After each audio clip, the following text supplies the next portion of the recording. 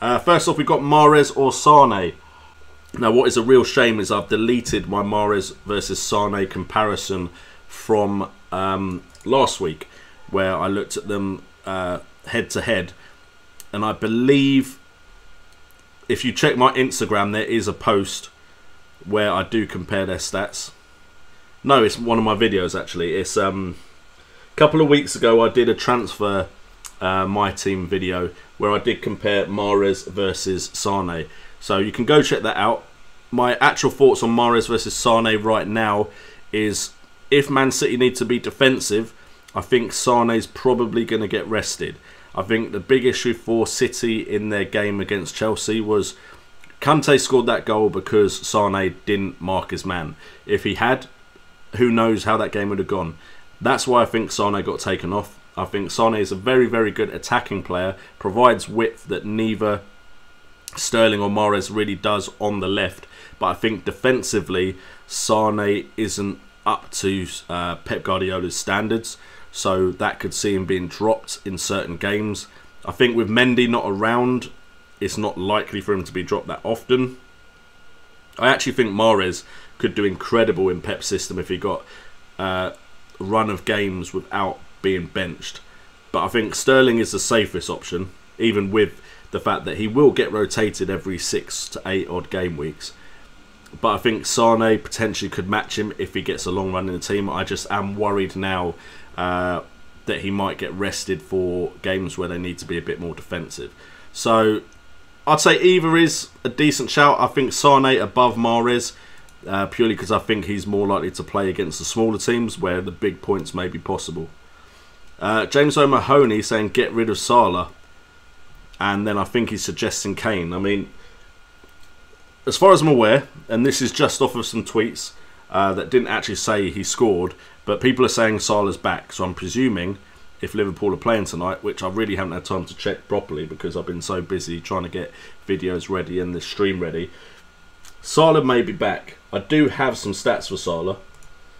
And Mohamed Salah, 13 million against Bournemouth, 3 goals from 5 penalty area touches, 4 attempts on goal, 4 from inside the box, 3 on target, 2 big chances and 2 chances created. Now, Salah, we all saw what he did last season when he finally got running. He did have a slow start to the season last year as well, so there's the potential there for Salah to just take off now. However, I have said in tweets, I think, and also if you want to follow me on Twitter, at JNOUnited, if you want to follow me on Instagram, JNO_United. I believe Bournemouth played to Liverpool's strengths and specifically Salah's strength. Salah is a fast player. Bournemouth played a high line which allowed Salah to run in behind. It allowed Salah to run at space past or behind the player. So I think what you saw against Bournemouth was the perfect opponents for Salah to really turn up. Hence he got his hat-trick from only 4 attempts on goal. Usually Salah has more attempts but doesn't score as many goals. So it could be, and as a Salah owner who is now worried about getting rid of him and will probably keep him, it could be it was a one-off. If it is a one-off, those that brought in Kane or Sterling will be quite happy, because I think Sterling will be a very good pick moving forward for the rest of the season. And then of course Kane has a good run of fixtures right now, as does Eden Hazard.